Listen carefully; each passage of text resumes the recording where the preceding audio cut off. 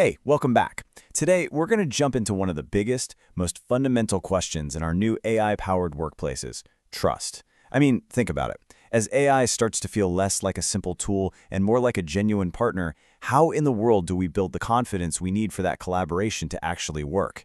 Let's get into it. All right, just a quick heads up before we dive in. This is part 5 of a pretty big 15-part series. It's all based on a really deep dive research report from Virtualization Options LLC. So today, we're zooming in on what that report says about the crucial topic of building trust. So this really gets to the heart of it, doesn't it? I mean, how do you build that gut-level trust with a colleague you can't read? There's no body language, no subtle cues. You literally can't look them in the eye. That is the core challenge we're going to unpack right now. You see, the whole issue of trust with AI, it isn't just one simple problem. It's more like a conundrum, a puzzle with two very different sides. On the one hand, we have to learn to trust the machine itself. But just as important, we've also got to manage the trust within our human teams as we bring this new non-human colleague into the mix. So let's break that down. On one side, you've got the AI system. Is it doing what it's supposed to do? Is it reliable? Can we kind of see how it thinks? Then on the other side, you have the people. Are your coworkers feeling safe? Do they feel like they're being heard through all this change? The thing is, you absolutely cannot have one without the other. They're totally connected. Okay, so let's tackle the first half of this puzzle first. How do we, as humans, actually learn to trust a machine? Well, the research is pretty clear. This isn't about blind faith, not at all. It's about building that trust on a solid foundation of 4 very specific, very understandable pillars.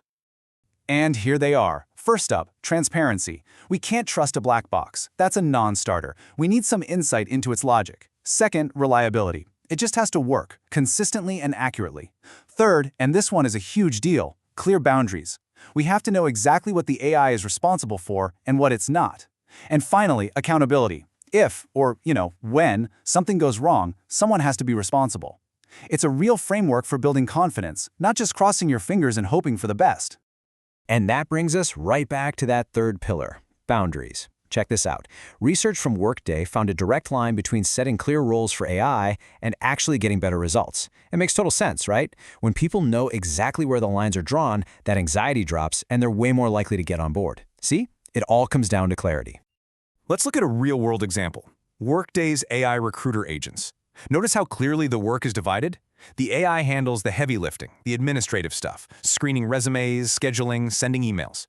This frees up the human recruiters to focus on what humans do best, building relationships, judging cultural fit, and making those final, nuanced decisions.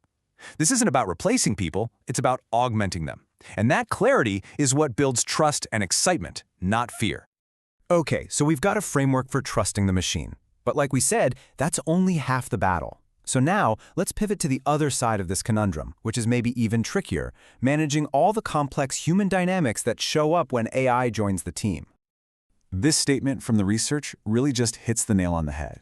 So often, the biggest roadblocks to getting AI to work in a company have nothing to do with the technology itself. It's all about us. It's about our very human emotions, the fear of being replaced, the anxiety about our jobs changing, and just the general stress of not knowing what's next. And what that means is that the most critical skills for navigating this transition are, well, deeply human skills. We need empathy to even begin to understand what our colleagues are worried about.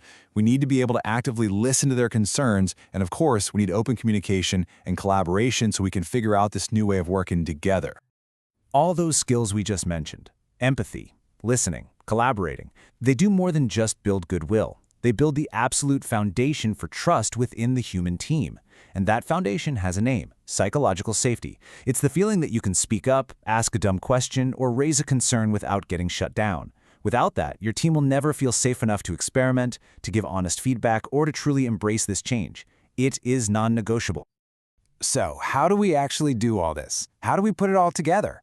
Well, the research gives us a really practical blueprint. It's an action plan that combines both the tech side and the human side into clear, actionable steps for any leader or any team out there.